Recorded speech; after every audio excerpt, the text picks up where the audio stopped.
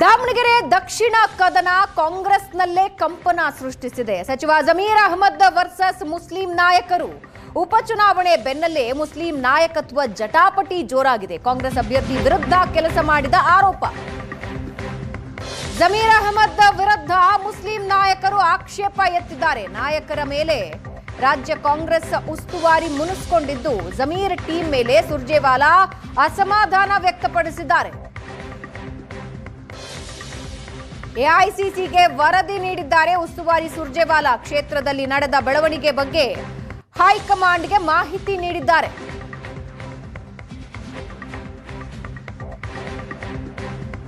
ಕಾಂಗ್ರೆಸ್ ಅಭ್ಯರ್ಥಿ ವಿರುದ್ಧ ಕೆಲಸ ಮಾಡಿದ ಆರೋಪ.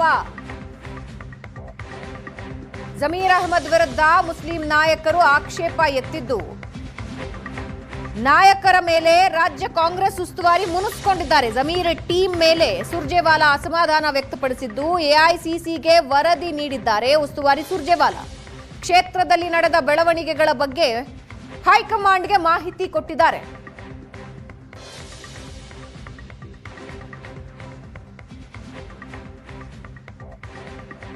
ಈ ಬಗ್ಗೆ ಇನ್ನಷ್ಟು ಡೀಟೇಲ್ಸ್ ಹಂಚಿಕೊಳ್ತಾರೆ ನಮ್ಮ ಪೊಲಿಟಿಕಲ್ ಬ್ಯೂರೋ ಹೆಡ್ ಆನಂದ್ ಬೈದನ್ ಮನೆಯ ಸಂಪರ್ಕದಲ್ಲಿದ್ದಾರೆ. ಆನಂದ್, ಅಭ್ಯರ್ಥಿಯ ವಿರುದ್ಧ ಕೆಲಸ ಮಾಡಿದ ಆರೋಪ ಜಮೀರ್ ಅಂಡ್ ಟೀಮ್ ಮೇಲೆ ಬರ್ತಾ ಇದೆ. ಏನಾಗ್ತಾ ಇದೆ ಕಾಂಗ್ರೆಸ್ನಲ್ಲಿ ಒಳಜಗಳ? ಮುಸ್ಲಿಂ ಸಮುದಾಯಕ್ಕೆ ಟಿಕೆಟ್ ನೀಡಬೇಕು ಅಂತ ಹೇಳಿ ಒತ್ತಾಯಿಸಿ ಎಲ್ಲಾ ರೀತಿಯ ಪ್ರಯತ್ನಗಳನ್ನು ಕೂಡ ಮುಸ್ಲಿಂ ನಾಯಕರುಗಳು ಮಾಡಿದ್ರು. ಆದ್ರೆ ಅಂತಿಮವಾಗಿ ಹೈಕಮಾಂಡ್ ದಾವಣಗೆರೆ ದಕ್ಷಿಣ ವಿಧಾನಸಭಾ ಕ್ಷೇತ್ರದಲ್ಲಿ ಸಮರ್ಥ ಅವರನ್ನ ಕಣಕ್ಕಿಳಿಸಿತ್ತು. ಅಧಿಕೃತ ಅಭ್ಯರ್ಥಿಯನ್ನು ಘೋಷಣೆ ಮಾಡಲಾಯಿತು. ಇದರಿಂದಾಗಿ ಮುಸ್ಲಿಂ ಸಮುದಾಯದ ನಾಯಕರು ಅಸಮಾಧಾನವನ್ನು ವ್ಯಕ್ತಪಡಿಸಿದ್ರು.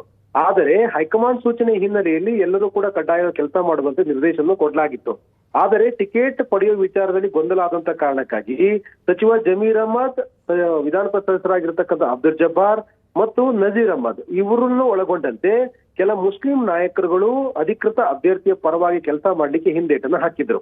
ಅದು ಕೊನೆ ಹಂತವರೆಗೂ ಕೂಡ ನಡೆದಿರ್ತಕ್ಕಂಥ ಕಸರತ್ತಿನ ಬಳಿಕವೂ ಕೂಡ ಸೂಕ್ತ ಪ್ರಯತ್ನವನ್ನ ಮಾಡದೆ ಸೂಕ್ತ ಪ್ರಮಾಣದಲ್ಲಿ ಪ್ರಚಾರವನ್ನು ಮಾಡ್ಲಿಕ್ಕೆ ಜಮೀರ್ ಅಹಮದ್ ಮತ್ತು ಅವರ ತಂಡದ ಸದಸ್ಯರುಗಳು ಸಕಾರಾತ್ಮಕವಾಗಿ ಸ್ಪಂದಿಸದೇ ಇರತಕ್ಕಂಥದ್ದು ಎಲ್ಲೋ ಒಂದ್ ಕಡೆಗೆ ಚರ್ಚೆಗೆ ಕಾರಣವಾಗಿದೆ. ಅಂದ್ರೆ ಮುಸ್ಲಿಂ ಸಮುದಾಯಗಳಿಗೆ ಒಂದು ಕೆಟ್ಟ ಸಂದೇಶ ಕೊಡುವ ರೀತಿಯಲ್ಲಿ ಇವರ ವರ್ತನೆಗಳಿತ್ತು ಮತ್ತು ಇದರಿಂದಾಗಿ ಮತ ಪ್ರಮಾಣದ ಮೇಲೆ ಗಂಭೀರವಾಗಿರ್ತಕ್ಕಂಥ ಪರಿಣಾಮಗಳಾಗಿದೆ. ಕಾಂಗ್ರೆಸ್ ಗೆಲ್ಲಬಹುದಂತ ಅವಕಾಶಗಳಿದ್ರೂ ಕೂಡ ಕಾಂಗ್ರೆಸ್ಗೆ ಬರಬಹುದಾದ ಮತಗಳಲ್ಲಿ ತೀವ್ರ ಪ್ರಮಾಣದ ಇಳಿಕೆ ಆಗುತ್ತೆ ಅಂತಕ್ಕಂಥದ್ದು ಕಾಂಗ್ರೆಸ್ ಹೈಕಮಾಂಡ್ ನ ಆತಂಕ ಕಾರಣವಾಗಿದೆ. ಆ ಕಾರಣಕ್ಕಾಗಿ ನಕಾರಾತ್ಮಕವಾಗಿರ್ತಕ್ಕಂಥ ಚಟುವಟಿಕೆಯಲ್ಲಿ ಜಮೀರ್ ಅಹಮದ್ ಮತ್ತು ಅವರ ತಂಡದ ಸದಸ್ಯರುಗಳು ಕೆಲಸ ಮಾಡಿದ್ದಾರೆ ಅಂತಕ್ಕಂಥದ್ದು ಈಗ ಹೈಕಮಾಂಡ್ ಉಸ್ತುವಾರಿಯಾಗಿರ್ತಕ್ಕಂಥ ಅಂದ್ರೆ ರಾಜ್ಯದ ಕಾಂಗ್ರೆಸ್ ಉಸ್ತುವಾರಿಯಾಗಿರ್ತಕ್ಕಂಥ ಸುರ್ಜೇವಾಲಾ ಅವರ ಅಭಿಪ್ರಾಯ. ಆ ಕಾರಣಕ್ಕಾಗಿ ಕರ್ನಾಟಕದಲ್ಲಿ ನಡೆದಿರ್ತಕ್ಕಂಥ ಉಪಚುನಾವಣೆ ವರದಿಯನ್ನು ಹೈಕಮಾಂಡ್ಗೆ ಸಲ್ಲಿಕೆ ಮಾಡುವಾಗ ಕೆಲವೊಂದಷ್ಟು ಇಂಪಾರ್ಟೆಂಟ್ ಪಾಯಿಂಟ್ ಗಳನ್ನ ಅವರು ಕೋಟ್ ಮಾಡಿ ವರದಿಯನ್ನು ಸಲ್ಲಿಕೆ ಮಾಡಿದ್ರೆ ಅದರಲ್ಲಿ ನೇರವಾಗಿ ಜಮೀರ್ ಅಹಮದ್ ಮತ್ತು ಅವರ ತಂಡದ ಮೇಲೆ ಗಂಭೀರವಾಗಿರ್ತಕ್ಕಂಥ ಆರೋಪಗಳನ್ನು ಮಾಡಲಾಗಿದೆ. ಅದಕ್ಕೆ ಪೂರಕ ಅನ್ನುವಂತೆ ಸಲೀಂ ಅಹಮದ್ ಮತ್ತು ರಿಜ್ವಾನ್ ಇಬ್ರು ಕೂಡ ನಿನ್ನೆ ಕೆಪಿಸಿಸಿ ಕಚೇರಿಯಲ್ಲಿ ಪತ್ರಿಕಾಗೋಷ್ಠಿ ನಡೆಸುವ ಮೂಲಕ ಜಮೀರ್ ಅಹಮದ್ ಅವರ ಮತ್ತು ಅವರ ತಂಡದ ಮೇಲೆ ಆರೋಪಗಳನ್ನ ಪರೋಕ್ಷವಾಗಿ ಮಾಡಿದ್ದಾರೆ. ಪಕ್ಷದ ಅಧಿಕೃತ ಅಭ್ಯರ್ಥಿಯ ಪರವಾಗಿ ಸರಿಯಾಗಿ ಕೆಲಸ ಮಾಡಿಲ್ಲ ಅಂತಕ್ಕಂಥದ್ದು ಮತ್ತು ನೆಗೆಟಿವ್ ಥಾಟ್ಸ್ ಬರುವ ಹಾಗೆ ನಡ್ಕೊಂಡಿದ್ದಾರೆ ಅಂತಕ್ಕಂಥ ಆರೋಪವನ್ನ ಮಾಡಿದ್ದಾರೆ.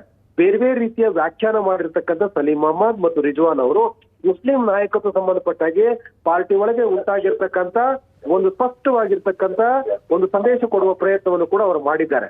ಅದರಲ್ಲಿ ಬಹಳ ಗಂಭೀರವಾಗಿ ಯೋಚನೆ ಮಾಡಬೇಕಾಗಿರ್ತಕ್ಕಂಥದ್ದು ಪಕ್ಷೇತರವಾಗಿ ಸ್ಪರ್ಧೆ ಮಾಡಿದ ಸಾದಿಕ್ ಪೈಲರನ್ನ ಕಣಕ್ಕಿಳಿಸಿದಾಗ ಅದ್ರ ಹಿಂದೆ ಯಾರಿದ್ರು, ಅವರನ್ನ ನಾಮಪತ್ರ ವಾಪಸ್ ಪಡೀಲಿಕ್ಕೆ ನಡೆದಂತ ಪ್ರಯತ್ನಲ್ಲೂ ಕೂಡ ಒಂದು ಉತ್ತಮವಾದ ಬೆಳವಣಿಗೆ ಆಗದೆ ಇರತಕ್ಕಂತ ವ್ಯವಸ್ಥೆ ಹಿಂದಿರ್ತಕ್ಕಂಥ ವ್ಯಕ್ತಿಗಳು ಯಾರು ಮತ್ತು ಅವರನ್ನ ನಾಮಪತ್ರವನ್ನು ವಿಡ್ರಾ ಮಾಡುತ್ತೇವೆ ಅಂತ ಹೇಳಿ ಕಾಂಗ್ರೆಸ್ ಹೈಕಮಾಂಡ್ಗೆ ಭರವಸೆ ಕೊಟ್ಟು ಏರ್ಪೋರ್ಟ್ ತನಕ ಹೋಗಿ ಅಂದ್ರೆ ಏರೋಡ್ರಾಮ್ ತನಕ ಹೋಗಿ ವಾಪಸ್ ಬಂದಿರತಕ್ಕಂಥ ನಾಯಕರ ವರ್ತನೆಗಳಿರ್ಬೋದು ಮತ್ತು ಸಾದಿಕ್ ಪೈಲ್ ಅವರು ಕೆಪಿಸಿಸಿ ಕಚೇರಿಗೆ ಬಂದು ಚುನಾವಣಾ ಕಣದಲ್ಲಿ ನಿವೃತ್ತಿ ಆಗ್ತಾರೆ ಅಂತ ಘೋಷಣೆ ಮಾಡೋ ಸಂದರ್ಭದಲ್ಲಿ ಮುಖ್ಯಮಂತ್ರಿಗಳು ಉಪಮುಖ್ಯಮಂತ್ರಿಗಳು ಮತ್ತು ರಾಜ್ಯದ ಕಾಂಗ್ರೆಸ್ ಉಸ್ತುವಾರಿ ರಣದೀಪ್ ಸುರ್ಜೇವಾಲಾ ಮುಂದೆ ಹೇಳಿದಂತ ಮಾತುಗಳನ್ನೆಲ್ಲವನ್ನೂ ಕೂಡ ಕೋಟ್ ಮಾಡಿ ಈಗ ರಣದೀಪ್ ಸುರ್ಜೇವಾಲಾ ಅವರು ಕಾಂಗ್ರೆಸ್ ಹೈಕಮಾಂಡ್ಗೆ ಒಂದು ವರದಿಯನ್ನ ಕೊಟ್ಟಿದ್ದಾರೆ. ಆ ವರದಿಯಲ್ಲಿ ಕಾಂಗ್ರೆಸ್ ನಾಯಕರ ಒಟ್ಟಾರೆ ಅಂದ್ರೆ ಯಾರ್ಯಾರು ನಕಾರಾತ್ಮಕವಾಗಿ ಕೆಲಸ ಮಾಡಿದ್ರು, ನೆಗೆಟಿವ್ ಕೆಲಸ ಮಾಡಿದ್ರು, ಅಧಿಕೃತ ಅಭ್ಯರ್ಥಿಯ ಪರವಾಗಿ ಯಾರು ಪ್ರಚಾರ ಮಾಡಿಲ್ವೋ ಅವರೆಲ್ಲರ ವಿರುದ್ಧವೂ ಕೂಡ ಆ ವರದಿಯಲ್ಲಿ ಮೆನ್ಷನ್ ಮಾಡಿದರೆ ಒಂದು ಸೂಕ್ತವಾಗಿರ್ತಕ್ಕಂಥ ಕ್ರಮ ಆಗಬೇಕು ಅಂತಕ್ಕಂಥದ್ದನ್ನ ಅಲ್ಲಿ ಬಹಳ ಸ್ಪಷ್ಟವಾಗಿ ಉಲ್ಲೇಖ ಮಾಡಿ ವರದಿಯನ್ನ ಕೊಟ್ಟಿದ್ದಾರೆ. ಇದು ಕಾಂಗ್ರೆಸ್ ಪಾಳದೊಳಗೆ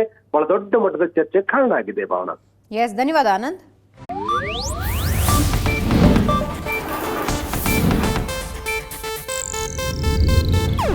ಇದು ಏಷ್ಯಾನೆಟ್ ನ್ಯೂಸ್ ನೆಟ್ವರ್ಕ್ ಪ್ರಸ್ತುತಿ.